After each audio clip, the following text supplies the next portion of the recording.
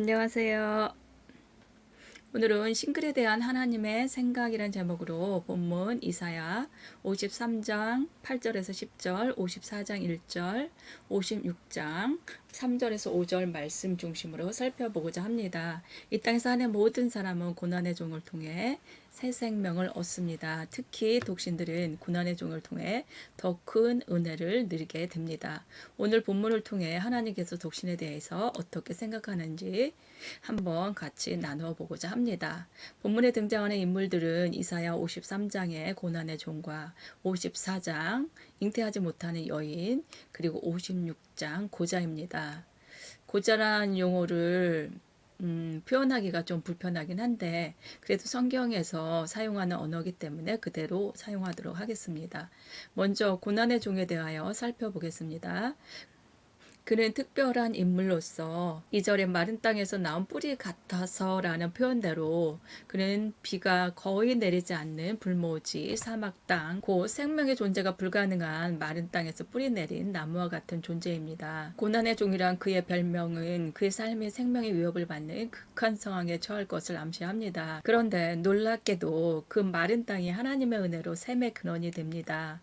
이는 메시아가 생명 없는 마른 땅에서 태어나 이스라엘과 만민에게 생명의 생명수를 제공해 줌을 의미합니다. 그는 악행을 저지르지 않고 거짓도 행하지 않으나 형벌받아 마땅한 하나님 백성들의 허물 때문에 대신 곤욕과 신문을 당하고 끌려가서 죽게 됩니다. 그런데 그의 고난은 그의 영혼을 속건제물 곧 지은 죄에 대한 대가를 치러야 하는 인간의 구원을 위하여 희생제물을 드리기 위한 하나님의 계획입니다. 하나님은 여호와의 종의 고난의 죽음을 통해서 영원히 인간의 죄의 값을 대신 치르게 하심으로 사람들을 의롭게 하시기로 계획하셨습니다. 10절에서 여호와께서 메시아의 부당한 순환과 죽임당함을 기뻐하신다고 한 표현은 메시아를 통해 구원하시려는 인간에 대한 하나님의 사랑이 얼마나 극진한지를 잘 보여줍니다. 메시아를 통한 인간의 구원은 여호와의 기쁨일 뿐만 아니라 죽어온 마땅한 인간에게도 당연히 큰 기쁨이고요. 또한 메시아 역시 영적 후손을 보고 그들과 더불어 영원한 기쁨을 하나님 안에서 누릴 수 있으니 기쁨이 아닐 수 없습니다. 고난의 종이 등장하는 이사야 53장 고난받는 종의 노래 4개 중 마지막 부분입니다. 이 부분은 메시아 곧 여호와의 기름 부음 받은 종 예수 그리스도의 구속 사역이 갈보리 십자가 사건으로 실현되기 바로 700여 년 전에 여호와의 종의 처절한 순환을 통한 인생의 구원과 여호와의 종의 영원한 승리와 성취를 보여줍니다. 곧 우리 주 예수 그리스도의 십자가 구속의 순환과 이를 통한 우리의 구원이 역사적 진실이자 유일무이한 구원의 진리임을 증명해 줍니다. 54장 1절에 잉태하지 못하며 출산하지 못하는 너는 노래할지어다. 산고를 겪지 못한 너는 외쳐 노래할지어다. 라는 표현은 앞에서 나눈 53장의 고난의 종을 통해서만 이해될 수 있습니다. 여기서 잉태하지 못하는 여인은 은유적 표현으로서 이스라엘을 상징하기도 합니다. 그러나 우리는 여기서 문자적 의미 그대로 물리적으로 잉태하지 못하는 여인으로 생각하고자 합니다. 당시 상황으로 볼 때 이러한 여인은 너무 가난하거나 질병으로 결혼하지 못하였거나 결혼을 하였지만 아이를 잉태하지 못한 여인을 가리킵니다. 어떤 쪽에도 이러한 여인들의 삶은 비천하다고 말하기조차 어려울 정도로 인간으로서 살기 힘든 고단한 삶이었을 것입니다. 그런데 본문은 이렇게 홀로 된 여인의 자식이 남편 있는 자의 자식보다 많다라고 하였습니다. 처절하게 절망적 삶을 살고 있던 여인들에게 이 말씀이 얼마나 위로와 소망이 되었을까 생각해 봅니다. 하나님은 또한 56장의 3절에서 5절에서 고자들을 위로합니다. 고자는 말하기를 나는 마른 나무라 하지 말라.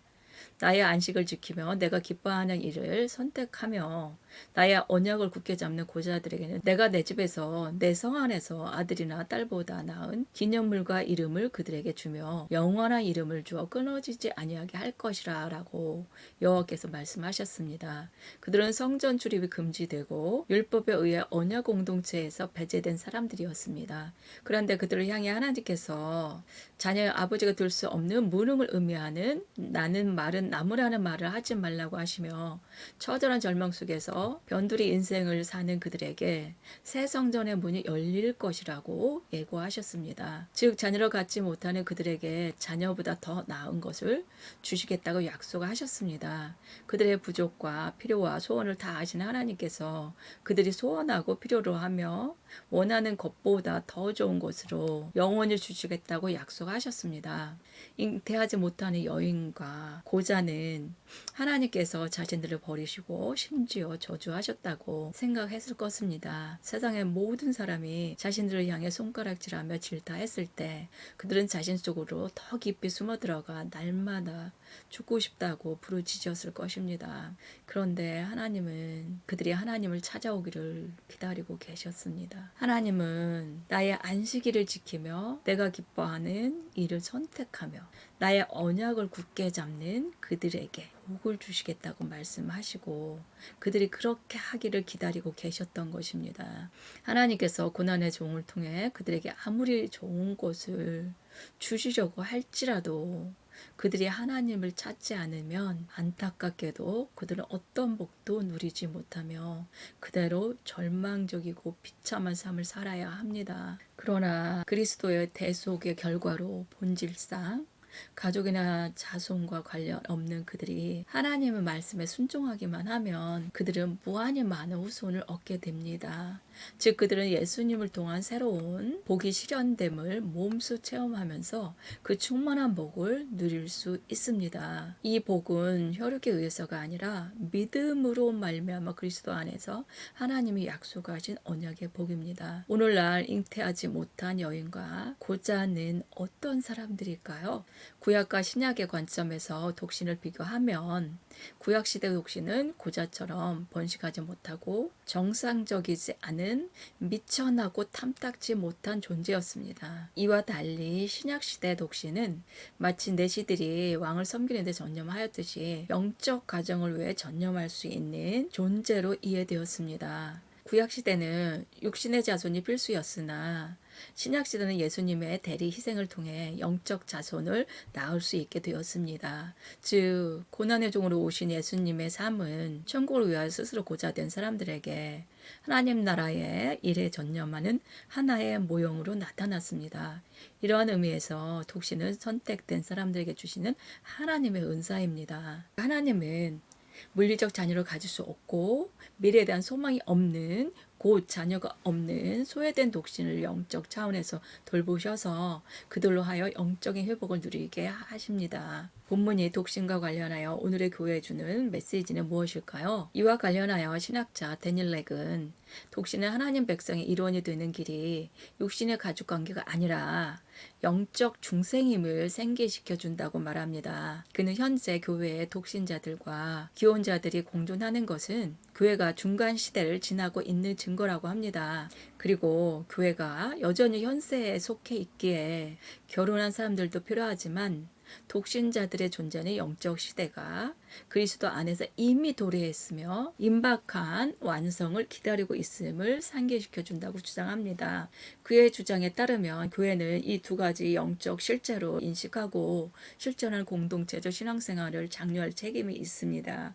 예수님은 누가복음 20장 34절에서 36절 말씀에서 천국에는 결혼이 없다고 가르치셨습니다. 이는 잉태하지 못한 여인이나 고자와 같은 독신들에게 위로가 되는 말씀입니다. 성경이 시작될 때는 결혼은 규범이었으나 영원한 상태에 들어가면 결혼은 순전히 영적 의미로 변합니다.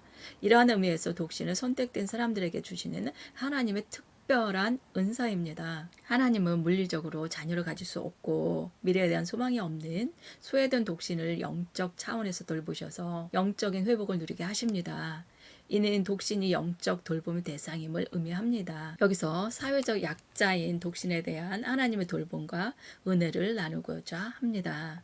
우리가 이미 아는 대로 하나님께서 생육하고 번성하여 땅에 충만하라 말씀하셨지만 창조 때부터 오늘까지 결혼하지 않은 독신들은 생육하고 번성하여 땅에 충만하라는 말씀에 불순종하며 살아왔습니다. 하나님은 이러한 독신의 문제를 공동체를 통해서 해결하셨습니다. 구약에 독신이란 표현은 없지만 과부라는 표현과 이혼당해 아버지 집으로 돌아온 딸의 이야기가 나옵니다.